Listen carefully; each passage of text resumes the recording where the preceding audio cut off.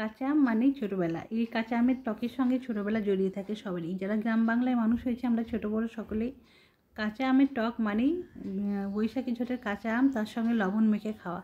আর এই কাঁচা আমের টককে আমরা কিচেনে যদি অ্যাড করি, তাই এটা একটা চাটনি হিসাবে আপনি খুব ভালোভাবে খেতে পারেন।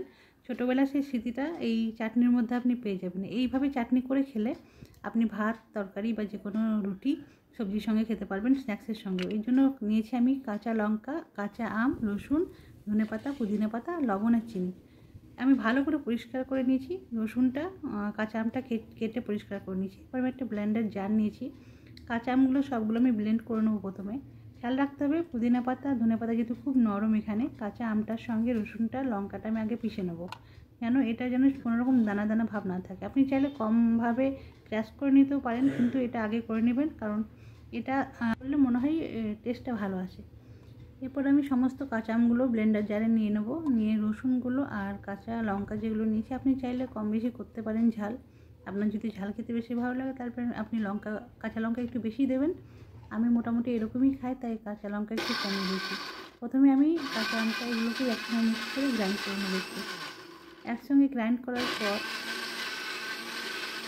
খেয়াল রাখতে হবে খুব যেন একদম শক্ত না হয়, যেহেতু এখানে কাঁচা আমটা আমার একটু নরম ছিল, তাহলে একটু নরম হয়ে গেছে। শক্ত হলে ভালো লাগে না, একটু যদি গোটা গোটা থাকে তাহলে কিন্তু এটা খেতে বেশি ভালো হয়। আপনি শিলপাটাতেও কিন্তু বেটে নিতে পারেন। শিলপাটার টেস্টটা কিন্তু অসাধারণ হয়। মিক্সার গ্রাইন্ডারের থেকে শিলপাটার যে চাটনি সেটা কিন্তু অনেক ভালো হয় খেতে। দেখতে পাচ্ছেন খুব সুন্দরভাবে গ্রাইন্ড হয়ে গেছে। এরপর আমি পুদিনা পাতাগুলো, ধনে পাতাগুলোর মধ্যে দিয়ে নেবো। দেওয়ার আগে আমাকে ভালো করে এই পাতা দুটোকে ধুয়ে পরিষ্কার করে নিতে হবে, নাহলে কিন্তু এর মধ্যে কিছু থাকতে পারে। পরিষ্কার করে ঝেড়ে ওর মধ্যে দিয়ে, এর মধ্যে লবণ আর চিনি দিয়ে আবার আমি একসঙ্গে দিয়ে সবকে গ্রাইন্ড করে নেব।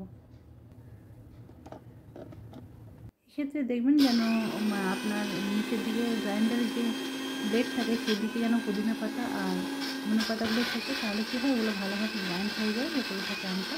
তারপরে এটা একসঙ্গে মিক্সার করলে খুব ভালো একটা টেস্ট আসে।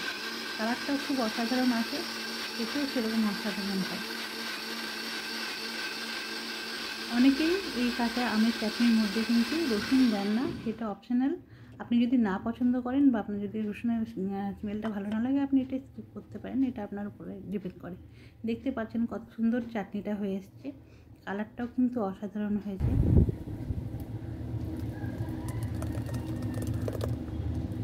এইভাবে করে যদি আপনি চাটনি বানিয়ে রাখেন, ধনেপাতা চাটনির থেকে এই চাটনিটার স্বাদ অনেক গুণে আলাদা এবং সুন্দর। আপনি এইভাবে চাটনি করে রেখে দিয়ে এটাকে আপনি ফ্রিজে মোটামুটি 1 সপ্তাহের মতো রাখতে পারেন। যে কোনো ধরনের চাট বলেন, এই যে রমজান মাসে আপনি সন্ধ্যা ইফতারিতে চাট, বেগুনি, পেঁয়াজু বা সিঙ্গারা যে কোনো কিছুর সঙ্গে এই যে চাটনিটা যদি সার্ভ করেন, সকলে একটু অন্যরকম চাটনি পেয়ে কিন্তু খুব আনন্দিত হবে। ছোটোবেলার যে স্মৃতি একটু তার সবরের মনে হবে যে হ্যাঁ, সেই ছোটোবেলা আমের স্বাদটা পেয়েছি। আর এইগুলো না ভোলা যায় না। এই কিছু কিছু জিনিসকে মনে হয় আমাদের কিচেনের মধ্যে অ্যাড করা উচিত, যেগুলো হয়তো আমাদের আবেগের সঙ্গে জড়িয়ে আছে। তাই কাঁচা আম, কুল এগুলো আমি খুব পছন্দ করি। মনে হয় ম্যাক্সিমাম এই পছন্দ করে। আপনারা এভাবে করে খেয়ে দেখবেন।